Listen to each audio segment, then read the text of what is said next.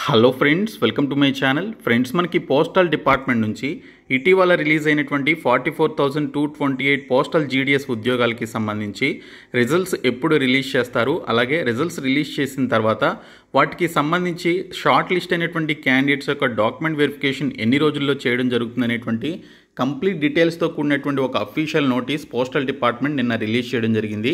So దీనికి సంబంధించి వచ్చినటువంటి కంప్లీట్ ఇన్ఫర్మేషన్ ఈ వీడియోలో చూద్దాము. సో వీడియో చూస్తున్నటువంటి వారు వీడియోని లైక్ చేసి ఛానల్ని సపోర్ట్ చేయండి. ఇంకా ఈ ఛానల్లోనే గవర్నమెంట్ జాబ్స్కి సంబంధించిన కంప్లీట్ ఇన్ఫర్మేషన్స్ మీకు అందించడం జరుగుతుంది. ఎస్ఎస్సి, అలాగే రైల్వే, ఏపీ, తెలంగాణకి సంబంధించినటువంటి గవర్నమెంట్ జాబ్స్ యొక్క ఇన్ఫర్మేషన్ అండ్ వాటికి సంబంధించిన క్లాసెస్ కూడా చెప్పడం జరుగుతుంది. కాబట్టి ప్రతి ఒక్కరు కూడా ఈ ఛానల్ని సబ్స్క్రైబ్ చేసుకోండి. మీరు సపోర్ట్ చేస్తే మరిన్ని మంచి వీడియోస్ మీకోసం అందించడం జరుగుతుంది. కాబట్టి ప్రతి ఒక్కరు కూడా సబ్స్క్రైబ్ చేసుకొని బెల్ సింబల్ని యాక్టివేట్ చేసుకోండి. ఫ్రెండ్స్, మనకి పోస్టల్ డిపార్ట్మెంట్ నుంచి postal GDS online schedule July రిక్రూట్మెంట్కి సంబంధించి అఫీషియల్గా నిన్న ఒక నోటీస్ అయితే పోస్టల్ డిపార్ట్మెంట్ వారు రిలీజ్ చేయడం జరిగింది. Standard operating procedure SOP for pre and post engagement activities అని చెప్పేసి ఈ నోటీస్ అయితే రిలీజ్ చేశారు. అంటే మనకి రిజల్ట్స్ రాకముందు, రిజల్ట్స్ వచ్చిన తర్వాత చేయాల్సినటువంటి ప్రాసెస్ గురించి ఇక్కడ క్లియర్గా మెన్షన్ చేయడం జరిగింది. చాలామంది రిజల్ట్స్ ఎప్పుడు వస్తాయని చెప్పేసి అడుగుతున్నారు. సో పోస్టల్ డిపార్ట్మెంట్ నుంచి ఉన్నటువంటి ఇన్ఫర్మేషన్ ప్రకారం ఒక 2 to 3 డేస్లో మనకి రిజల్ట్స్ రిలీజ్ అయ్యే అవకాశాలు అయితే ఉన్నాయి. సో చాలా త్వరగా మనకి రిజల్ట్స్ అయితే ఇస్తున్నారు. సో దీనికి సంబంధించి ఇందులో భాగంగానే మనకి నిన్న అఫీషియల్గా ఈ నోటీస్ని అయితే రిలీజ్ చేశారు.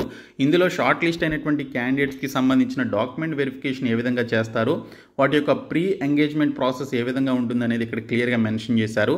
ఆ తర్వాత మీకు ట్రైనింగ్ ఎన్ని రోజులు ఇస్తారు, ఏ విధంగా ఇవ్వడం జరుగుతుంది అనేది కూడా ఈ నోటీస్లో మనకి క్లియర్గా మెన్షన్ చేయడం జరిగింది. కాబట్టి నేను కంప్లీట్ ఇన్ఫర్మేషన్ చెప్తాను, మీరు స్కిప్ చేయకుండా చివరి వరకు చూడండి.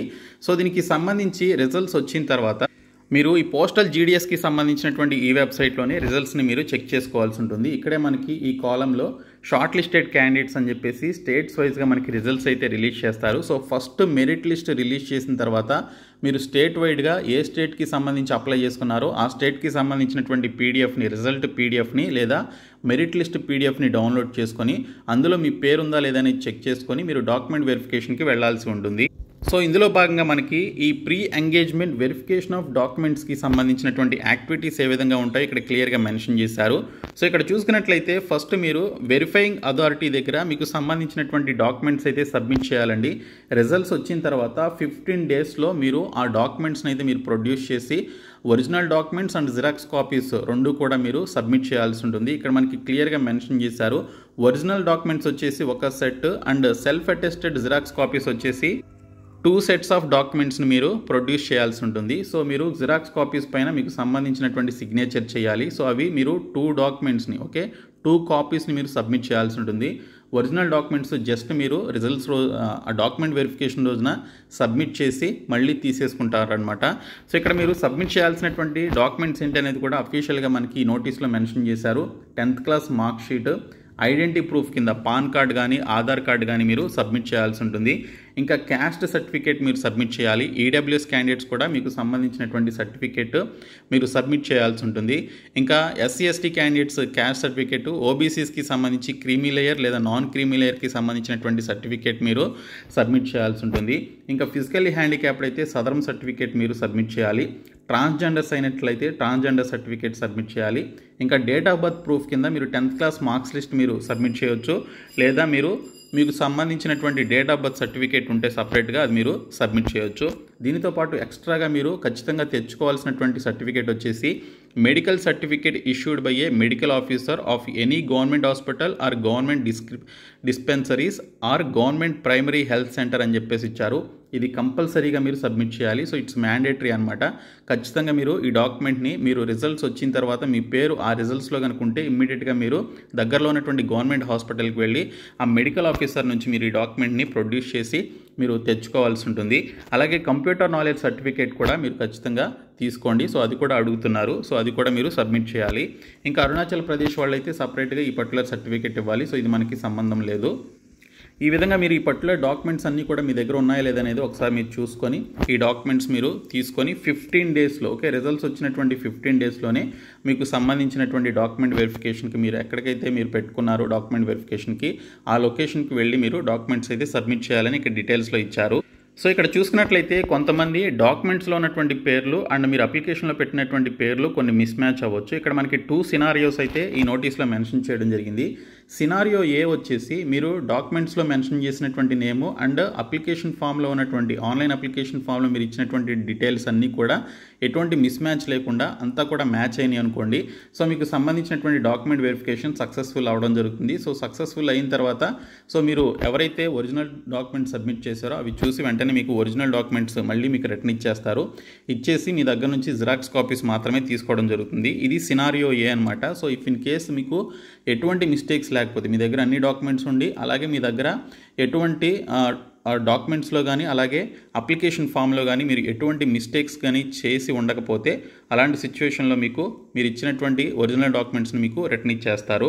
సో అలాగే ఇక్కడ చూసినట్లయితే మనకి సినారియో బి వచ్చేసి కొంతమంది కొన్ని డాక్యుమెంట్స్ సబ్మిట్ చేయరనమాట. ఫర్ ఎగ్జాంపుల్కి క్యాస్ట్ సర్టిఫికేట్ మీరు ప్రొడ్యూస్ చేసి సబ్మిట్ చేయలేదనుకోండి. సో దానికి సంబంధించి కూడా మీకు టైం ఇవ్వడం జరుగుతుంది ఈసారి. అలాగే ఒకవేళ మీరు ఇచ్చినటువంటి డాక్యుమెంట్స్లో మీరు సబ్మిట్ చేసినటువంటి ఆన్లైన్ అప్లికేషన్లో ఉన్నటువంటి డీటెయిల్స్ మిస్ మ్యాచ్ అయినట్లయితే వాటిని సరి చేసుకోవడానికి సంబంధించి కూడా మీకు టైం ఇవ్వడం జరుగుతుందని ఇక్కడ డీటెయిల్స్లో ఇచ్చారు. సో ఇఫ్ ఇన్ కేస్ మీరు క్యాస్ట్ సర్టిఫికేట్ కానీ లేదా ఎనీ అదర్ డాక్యుమెంట్ కానీ సబ్మిట్ చేయకపోతే వాటిని మీరు మళ్ళీ సబ్మిట్ చేయడానికి మీకు మరొక 15 days టైం అయితే ఇవ్వడం జరుగుతుందని చెప్పేసి కూడా ఇక్కడ మనకి డీటెయిల్స్లో అయితే అథారిటీ ఆర్ మెన్షన్ చేశారు. సో దీనికి సంబంధించి షార్ట్ లిస్ట్ అయ్యి డాక్యుమెంట్ వెరిఫికేషన్ సక్సెస్ఫుల్ అయినటువంటి క్యాండిడేట్స్ యొక్క జాయినింగ్ ప్రాసెస్ ఏ విధంగా ఉంటుందో కూడా ఇక్కడ మెన్షన్ చేయడం జరిగింది. So joining process will include the following activities అని చెప్పేసి ఇచ్చారు. ఇక్కడ ఈఏ అంటే ఎంగేజింగ్ అథారిటీ అనమాట. So updation of candidate turned up status by the EA అని చెప్పేసి ఇచ్చారు. సో క్యాండిడేట్కి సంబంధించిన స్టేటస్ని మీరు పర్టికులర్ ఎంగేజింగ్ అథారిటీ ఎవరైతే ఉన్నారో సో వారు అప్డేట్ చేయాల్సి ఉంటుంది. ఇంకా physical verification of the documents by the EA అని చెప్పేసి ఇచ్చారు. మళ్ళీ మీకు ఫిజికల్ వెరిఫికేషన్ ఆఫ్ డాక్యుమెంట్స్ అయితే ఎంగేజింగ్ అథారిటీ చేస్తారు. వెరిఫైయింగ్ అథారిటీ ఫస్ట్ చేసిన తర్వాత మళ్ళీ ఎంగేజింగ్ అథారిటీ వాళ్ళు చేయడం జరుగుతుంది. తర్వాత verification of educational certificates or mark sheets from the website of the educational board concern or DigiLocker అని చెప్పేసి ఇవ్వడం జరిగింది. సో దీనికి సంబంధించినటువంటి ఎడ్యుకేషనల్ సర్టిఫికేట్స్ కరెక్ట్గా ఉన్నాయా లేదనేది కూడా ఈఏ డిపార్ట్మెంట్ వారు చెక్ చేయడం జరుగుతుంది. 3 days basic training of the selected candidates అని చెప్పేసి ఇచ్చారు. సో దీనికి సంబంధించి మీకు 3 రోజుల పాటు సెలెక్ట్ అయినటువంటి క్యాండిడేట్స్కి ట్రైనింగ్ అయితే ఇస్తారు. డ్యూరింగ్ ది ట్రైనింగ్ పీరియడ్లో మీకు ట్రావెలింగ్ అలవెన్సెస్ కింద 500 రూపీస్ కూడా పే చేయడం జరుగుతుందని చెప్పేసి ఆల్రెడీ సెలెక్ట్ అయినటువంటి క్యాండిడేట్స్ చెప్పడం జరిగింది ప్రీవియస్గా.